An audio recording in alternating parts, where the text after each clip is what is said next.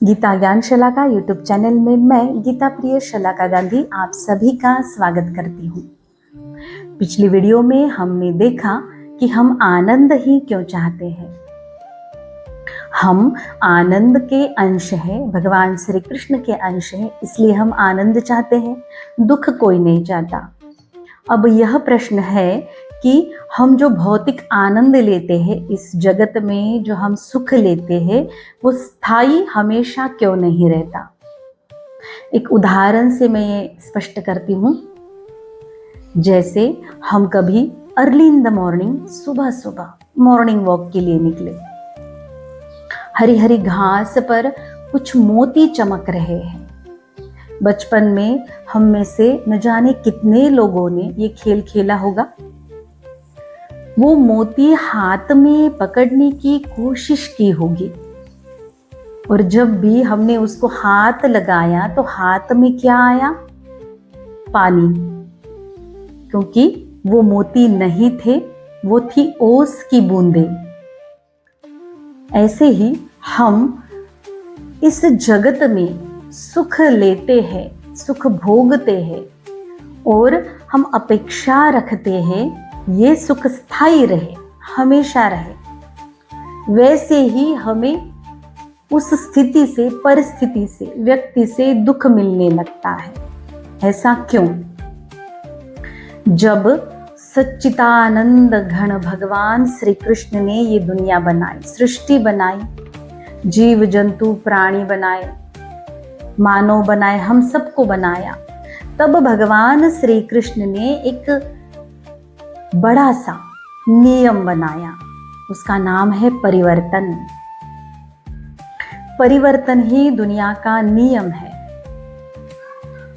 परिवर्तन की वजह से ही हम स्थायी आनंद, चिरकाल रहने वाला, टिकने वाला, हमेशा साथ रहने वाला आनंद नहीं ले सकते। ये भी बात मैं उदाहरण से आपको समझाऊंगी। वस्तु, व्यक्ति और परिस्थिति से हम आनंद मतलब सुख लेते हैं, और सुख के बाद दुख आता है, ये भी परिवर्तन है। हमने बहुत सालों से, जब से हम पृथ्वी पर आए हैं, हमने महसूस किया, एहसास किया है परिवर्तन है। अभी गर्मी चल रही है, थोड़े दिन बाद बारिश शुरू होगी, उसके बाद ठंड पड़ जाएगी। परिवर्तन मौसम में है। दिन के बाद रात आती है, ये भी परिवर्तन है। हम बचपन में कितने छोटे थे, फिर जवान हो गए, प्रौढ़ावस्था आ गई और बुढ़ापा आता है, ये भी परिवर्तन है। यहाँ पे परिवर्तन नित्य चल रहा है।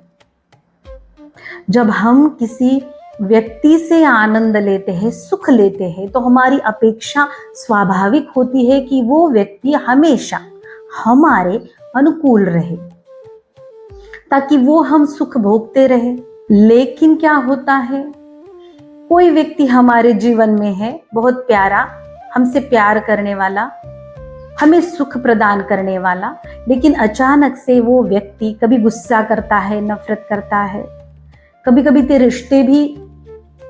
तो रिश्ते भी टूट जाते हैं। ऐसा परिवर्तन की वजह से ही होता है। परिस्थिति, हम परिस्थितियों से सुख लेना चाहते हैं। हमारे मन के अनुकूल कोई व्यक्ति, वस्तु, परिस्थिति है तो हम सुख में हैं। हमारे मन के प्रतिकूल कोई वस्तु, व्यक्ति, परिस्थिति है तो हम दुख में चले जाते हैं। हम परिस्थिति को पकड़ने की कोशिश करते हैं कि ये परिस्थिति ऐसी ही रहे, ये आनंद दे मुझे, लेकिन परिस्थिति तो बदलेगी ही, क्योंकि परिवर्तन ही नियम है। वस्तुओं का भी कभी कभी हमारा मन भर जाता है उस वस्तु से। जैसे कोई व्यक्ति है और उसके मन में इच्छा हो गई कि मैं एक कार खरीदूं, उसने वो इच्छा पूरी की, कार खरीदी। अब उसके रिश्तेदार में या कोई मित्र परिवार में एक उससे अच्छी कार किसी ने खरीद ली। अब उस व्यक्ति के मन में आता है कि मैं तो और बढ़िया कार ले सकूंगा और लेना चाहता हूँ। तो उस व्यक्ति का उस कार में से आनंद सुख कम हो गया और उसकी इच्छा क्या हो गई कि मैं और एक बढ़िया कार लूं। यहाँ पे उसके मन में परिवर्तन आ गया। वस्तुएं भी कभी कभी खराब हो जाती है, कभी कभी हम बहुत लगाव लगाते हैं एक आध वस्तु से और वो वस्तु गुम हो जाए, चोरी हो जाए, खराब हो जाए तो भी हमें पीड़ा ही देती है। मतलब ये परिवर्तन चला आ रहा है जब से सृष्टि बनी। तो परिवर्तन की वजह से हमें स्थायी सदा रहने वाला आनंद नहीं मिलता।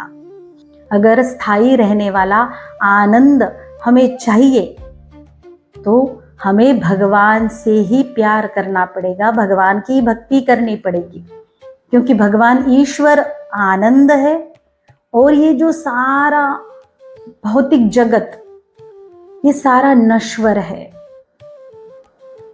लेकिन कभी कभी हम ऐसा अनुभव करते हैं कि हम कभी इच्छा करते और वो पूरी हो जाती और हम सुखी हो जाते, आनंदित हो जाते हैं। क्या कभी सोचा, क्या सच में उस इच्छा पूर्ति की वजह से हमारे जीवन में आनंद आया? क्या इसके भी पीछे कोई लॉजिक अलग है, कोई साइंस अलग है जो हमें पता नहीं? हमें लगता है कि वो इच्छा पूरी होने के बाद हम आनंदित हो जाएंगे और होते भी है कि इच्छा पूरी होने से सच में आनंद मिलता है क्या? इसके पीछे का लॉजिक, इसके पीछे का कोई साइंस हम अगली वीडियो में देखेंगे। आपको अगर ये वीडियो अच्छी लगे तो ज़रूर लाइक करो, शेयर करो और कमेंट करो। और जिन्होंने भी ये चैनल सब्सक्राइब किया है उनका हृदय से धन्यवाद। और जिन्होंने ये चैनल अभी सब्सक्राइब नहीं किया है वो ज़रूर इस चैनल को सब्सक्राइब करो। राधे राधे।